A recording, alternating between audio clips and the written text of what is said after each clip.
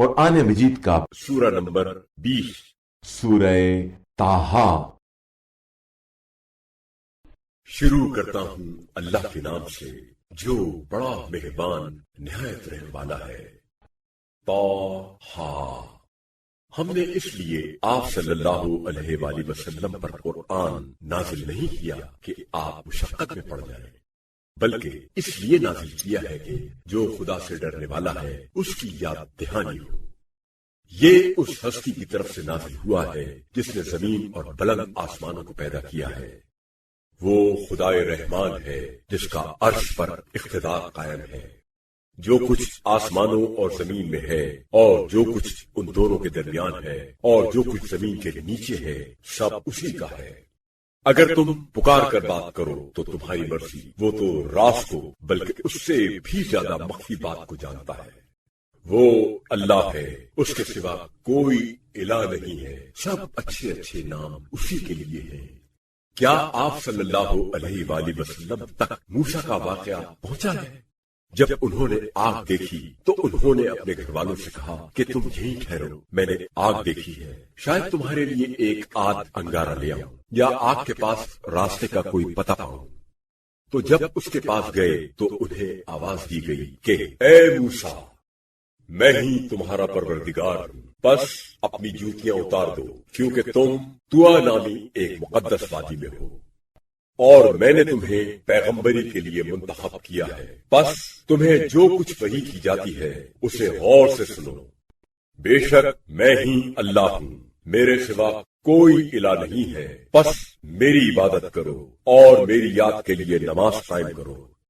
یقیناً قیامت آنے والی ہے، میں اسے پوشیدہ رکھنا چاہتا ہوں تاکہ ہر شخص کو اس کی سعی و کوشش کا معاوضہ مل جائے۔ بس خیال رکھنا کہیں وہ شخص جو اس پر ایمان نہیں رکھتا اور اپنی خواہش نفس کا پیرو ہے تمہیں اس کی فکر سے روک نہ دے، ورنہ تم تباہ ہو جاؤ گے۔ اور اے موسیٰ، تمہارے دائیں ہاتھ میں کیا ہے؟ کہا وہ میرا عصا ہے، میں اس پر ٹیک لگاتا ہوں اور اس سے اپنی بکریوں کے لیے درختوں سے پتے جھاڑتا ہوں اور میرے لیے اس میں اور بھی کئی فائدے ہیں۔ ارشاد ہوا اے موسیٰ اسے پھینک دو۔ چنانچہ موسیٰ نے اسے پھینک دیا تو وہ ایک دم دوڑتا ہوا سانپ بن گیا۔ ارشاد ہوا اسے پکڑ لو اور ڈرو نہیں، ہم ابھی اسے اس کی پہلی حالت کی طرف پلٹا دیں گے، اور اپنے ہاتھ کو سمیٹ کر اپنے بازو کے نیچے بغل میں کر لو، وہ کسی برائی و بیماری کے بغیر چمکتا ہوا نکلے گا۔ یہ دوسری نشانی ہوگی تاکہ ہم آپ صلی اللہ علیہ وآلہ وسلم کو اپنی بڑی نشانیوں سے کچھ دکھائیں۔ جاؤ فرعون کے پاس کہ وہ بڑا سرکش ہو گیا ہے۔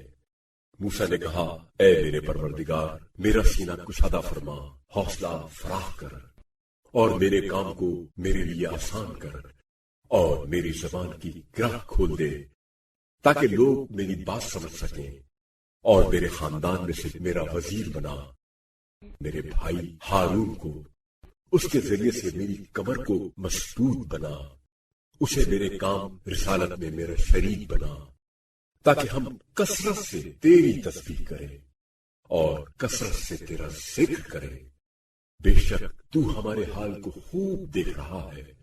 خدا نے فرمایا اے موسیٰ، تمہاری درخواست منظور کر لی گئی ہے، اور ہم ایک مرتبہ اور بھی تم پر احسان کر چکے ہیں جب ہم نے تمہاری ماں کی طرف وحی بھیجی جو بھیجنا تھی، جو اب بذریعہ وحی تمہیں بتائی جا رہی ہے کہ اس موسیٰ کو صندوق میں رکھ اور پھر صندوق کو دریا میں ڈال دے، پھر دریا اسے کنارے پر پھینک دے گا اور اسے وہ شخص فرعون اٹھائے گا جو میرا بھی دشمن ہے اور اس موسیٰ کا بھی دشمن ہے۔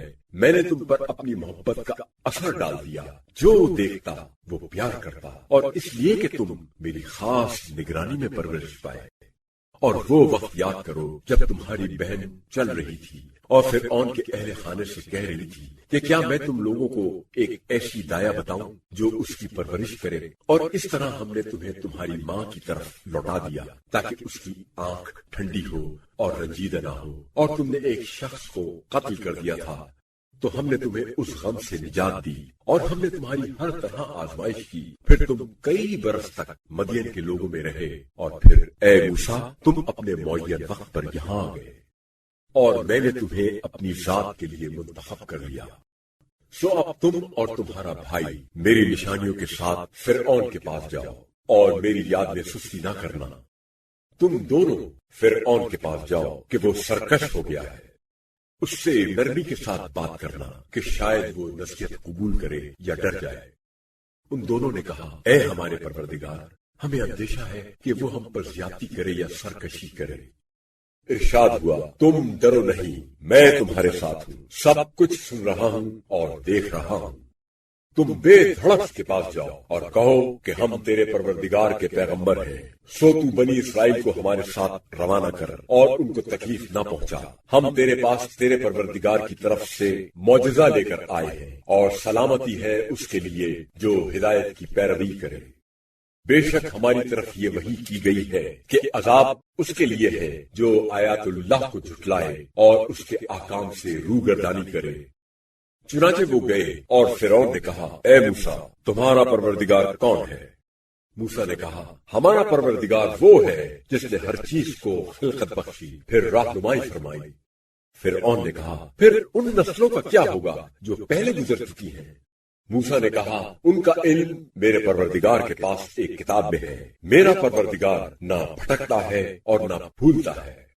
وہ وہی ہے جس نے تمہارے لیے زمین کو گہوارا بنایا ہے اور اس نے تمہارے لیے راستے بنائے اور آسمان سے پانی برسایا تو ہم نے اس سے مختلف اقسام کے نباتات کے جوڑے پیدا کیے۔ خود بھی کھاؤ اور اپنے مویشیوں کو بھی چراؤ۔ بے شک اس نظام قدرت میں صاحبان عقل کے لیے بہت سی نشانیاں ہیں۔ اسی زمین سے ہم نے تمہیں پیدا کیا ہے اور اسی میں تمہیں لوٹائیں گے اور اسی سے دوبارہ تمہیں نکالیں گے۔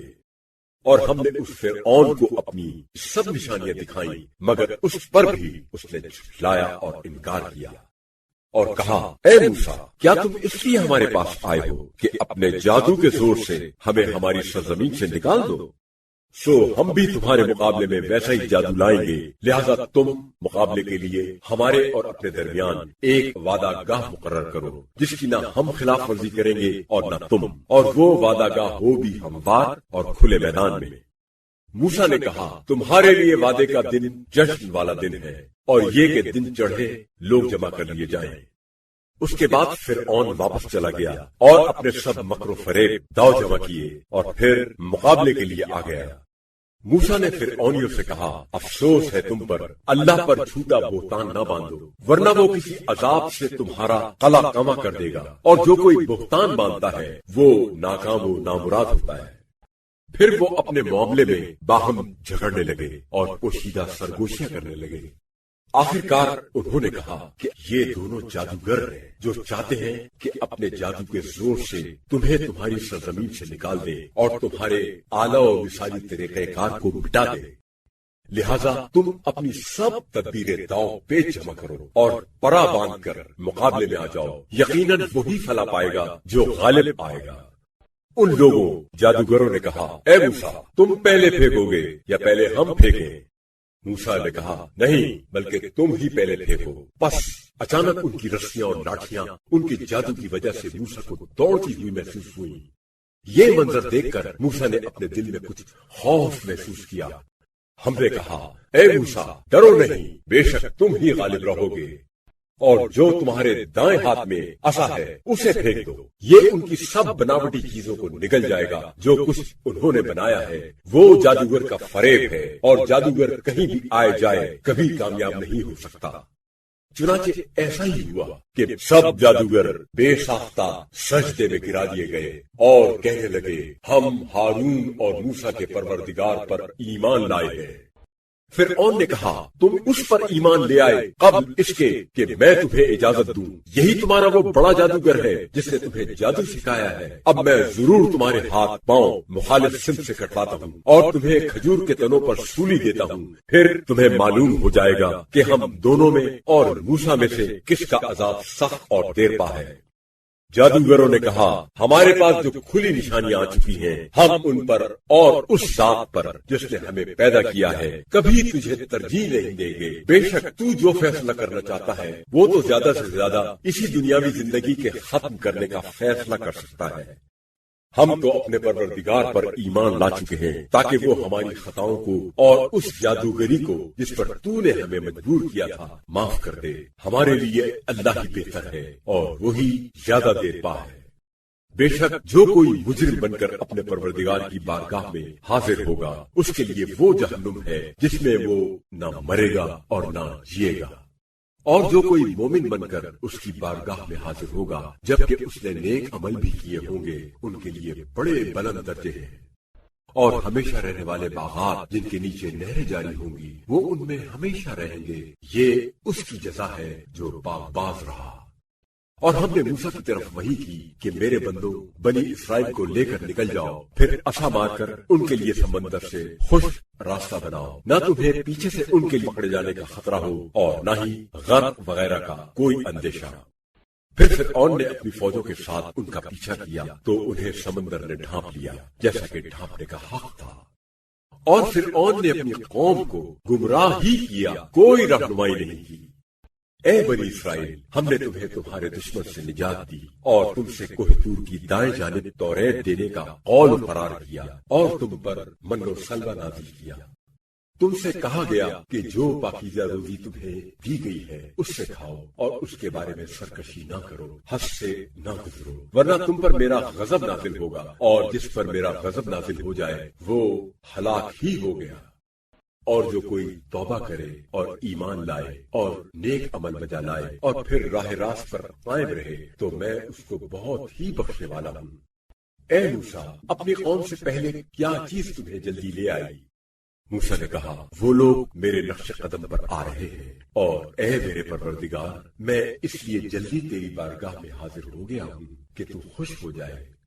ارشاد ہوا ہم نے تمہارے بعد تمہاری قوم کو آزمائش میں ڈال دیا ہے اور سامری نے انہیں گمراہ کر دیا ہے۔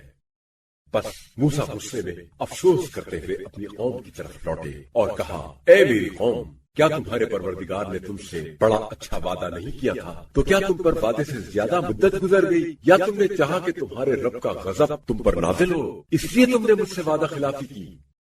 قوم نے کہا کہ ہم نے اپنے اختیار سے تو آپ سے وعدہ خلافی نہیں کی، البتہ بات یوں ہوئی کہ ہمیں اس جماعت کے زیورات جمع کر کے لانے پر آمادہ کیا گیا، اور یہ سامری ایک سنہرا بچڑا نکال کر لایا جس سے گائے کی سی آواز نکلتی تھی، تو لوگوں سے کہا یہی تمہارا خدا ہے اور موسیٰ کا بھی جسے وہ بھول گئے ہیں۔ کیا وہ اتنا بھی نہیں دیکھتے کہ وہ گوسالہ ان کی کسی بات کا جواب نہیں دیتا اور نہ ہی وہ ان کو نقصان یا نفع پہنچانے کا کوئی اختیار رکھتا ہے؟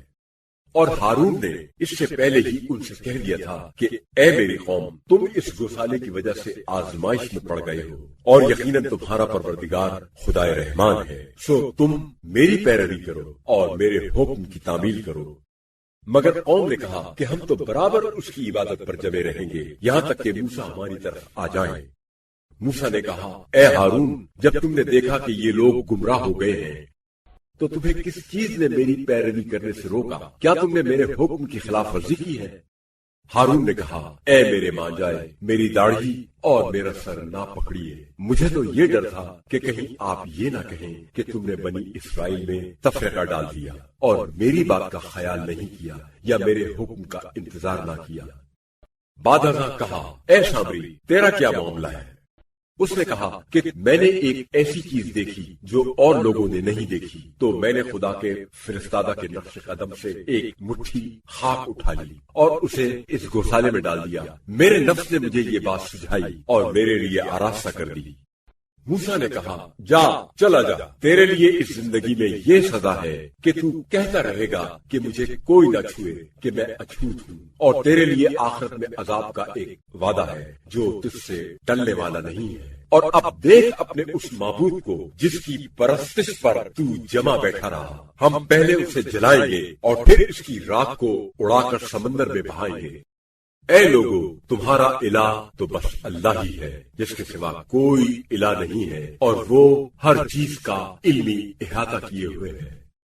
اے رسول صلی اللہ علیہ وآلہ وسلم، ہم اسی طرح گزرے ہوئے واقعات کی کچھ خبریں آپ صلی اللہ علیہ وآلہ وسلم سے بیان کرتے ہیں، اور ہم نے اپنی طرف سے آپ صلی اللہ علیہ وآلہ وسلم کو ایک نصیحت نامہ قرآن عطا کیا ہے۔ جو کوئی اس سے روگردانی کرے گا تو وہ قیامت کے دن اپنے اس جرم کا بوجھ خود اٹھائے گا۔ ایسے لوگ ہمیشہ اسی حالت میں گرفتار رہیں گے، اور قیامت کے دن یہ بوجھ بڑا برا بوجھ ہوگا۔ جس دن سور پھونکا جائے گا تو ہم مجرموں کو اس طرح محشور کریں گے کہ ان کی آنکھیں نیلی ہوں گی۔ وہ آپس میں چپکے چپکے کہیں گے کہ تم دنیا و برزخ میں کوئی 10 دن ہی رہے ہوگے۔ ہم خوب جانتے ہیں جو وہ کہہ رہے ہوں گے، جبکہ ان کا سب سے زیادہ صاحب الرائے یہ کہتا ہوگا کہ تم تو بس ایک دن رہے ہو۔ اے رسول صلی اللہ علیہ وآلہ وسلم، لوگ آپ صلی اللہ علیہ وآلہ وسلم سے پہاڑوں کے بارے میں پوچھتے ہیں کہ قیامت کے دن کہاں جائیں گے، تو آپ صلی اللہ علیہ وآلہ وسلم کہہ دیجئے کہ میرا پروردگار ان کو ریزہ ریزہ کر کے اڑا دے گا، پھر ان کی جگہ زمین کو اس طرح چٹیل میدان بنا دے گا کہ تم اس میں نہ کوئی ناہمواری دیکھو گے اور نہ بلندی۔ اس روز لوگ ایک پکارنے والے اسرافیل کے پیچھے اس طرح سیدھے آئیں گے جس میں کوئی کجی نہ ہوگی، اور خدا کے سامنے اور سب آوازیں دب جائے گی، پس تم قدموں کی آہٹ کے سوا کچھ نہیں سنو گے۔ اس دن کوئی شفاعت فائدہ نہیں دے گی سوائے اس کے جس کو خدا اجازت دے گا اور اس کے بولنے کو پسند کرے گا۔ جو کچھ لوگوں کے آگے ہے، آنے والے حالات، اور جو کچھ ان کے پیچھے ہے، گزرے ہوئے واقعات، وہ سب کچھ جانتا ہے، مگر لوگ اپنے علم سے اس کا احاطہ نہیں کر سکتے۔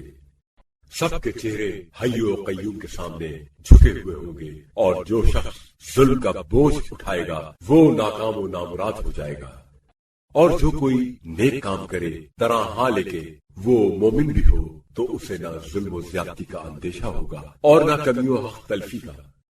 اور اس طرح ہم نے اس کتاب کو عربی زبان میں قرآن بنا کر نازل کیا ہے۔ اس میں وعید و تحدید بیان کی ہے تاکہ وہ پرہیزگار بن جائیں یا وہ ان میں نصیحت پذیری پیدا کر دے۔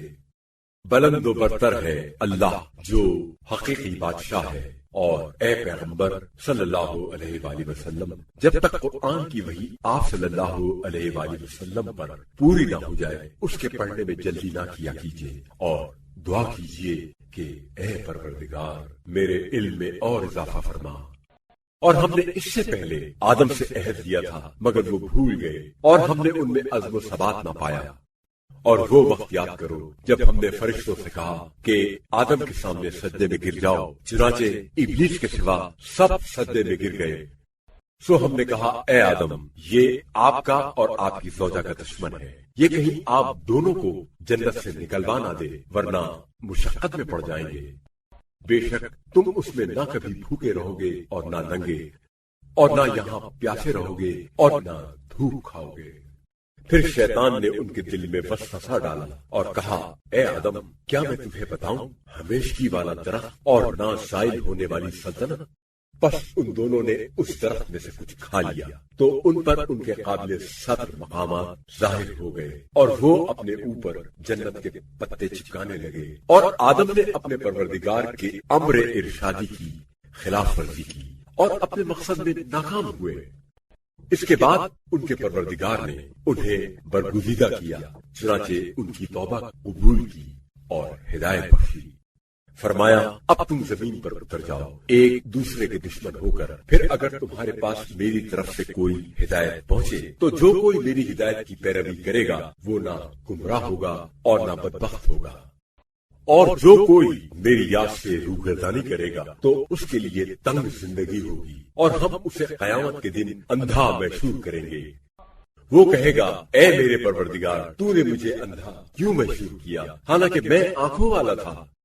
ارشاد ہوگا اسی طرح ہماری آیات تیرے پاس آئی تھی اور تو نے انہیں بھلا دیا، اسی طرح آج تجھے بھی بھلا دیا جائے گا اور نظر انداز کر دیا جائے گا۔ اور جو کوئی حد سے تجاوز کرے اور اپنے پروردگار کی بات پر ایمان نہ لائے تو ہم اسے اسی طرح دنیا میں سزا دیتے ہیں، اور آخرت کا عذاب تو اور بھی بڑا سخت اور پائیدار ہے۔ کیا اس بات سے بھی انہیں ہدایت نہ ملی کہ ہم نے ان سے پہلے کتنی نسلیں ان گناہوں کی پاداش میں ہلاک کر دی جن کے مکانوں میں آج یہ چلتے پھرتے ہیں؟ بے شک اس میں صاحبان عقل کے لیے خدا کی قدرت کی بڑی نشانیاں ہیں۔ اور اے رسول صلی اللہ علیہ وآلہ وسلم، اگر آپ کے پروردگار کی طرف سے ایک بات طے نہ کر دی گئی ہوتی اور ایک مہلت کی مدت معین نہ ہو چکی ہوتی تو عذاب لازمی طور پر آ چکا ہوتا۔ سو آپ صلی اللہ علیہ وآلہ وسلم ان کی باتوں پر صبر کیجئے، اور طلوع آفتاب سے پہلے اور غروب آفتاب سے پہلے اور رات کے اوقات میں بھی اور دن کے اول و آخر میں بھی اپنے پروردگار کی حمد و ثنا کے ساتھ تسبیح کیجئے، تاکہ آپ صلی اللہ علیہ وآلہ وسلم راضی ہو جائیں۔ اور جو کچھ ہم نے مختلف لوگوں کو آزمائش کے لیے دنیا کی زیب و زینت اور آرائش دے رکھی ہے، اس کی طرف نگاہیں اٹھا کر بھی نہ دیکھیں، اور آپ صلی اللہ علیہ وآلہ وسلم کے پروردگار کا دیا ہوا رزق بہتر ہے اور زیادہ پائیدار ہے۔ اور اپنے گھر والوں کو نماز کا حکم دے اور خود بھی اس پر قائم و برقرار رہے۔ ہم آپ صلی اللہ علیہ وآلہ وسلم سے روزی طلب نہیں کرتے، ہم تو خود آپ صلی اللہ علیہ وآلہ وسلم کو روزی دیتے ہیں، اور انجام بخیر تو پرہیزگاری کا ہی ہے۔ اور یہ لوگ اہل مکہ کہتے ہیں کہ رسول ہمارے پاس اپنے پروردگار کی طرف سے کوئی نشانی معجزہ کیوں نہیں لاتے؟ کیا ان کے پاس اگلی کتابوں کا کھلا ہوا ثبوت نہیں آیا؟ اور اگر ہم اس رسول سے پہلے انہیں عذاب سے ہلاک کر دیتے تو یہ کہتے، اے ہمارے پروردگار، تو نے ہماری طرف کوئی رسول کیوں نہ بھیجا کہ ہم ذلیل اور رسوا ہونے سے پہلے تیری آیتوں کی پیروی کرتے۔ آپ صلی اللہ علیہ وآلہ وسلم کہہ دیجئے کہ ہر ایک اپنے انجام کا انتظار کر رہا ہے، سو تم بھی انتظار کرو، ان قریب تمہیں معلوم ہو جائے گا کہ سیدھی راہ والے کون ہیں اور ہدایت یافتہ کون ہیں۔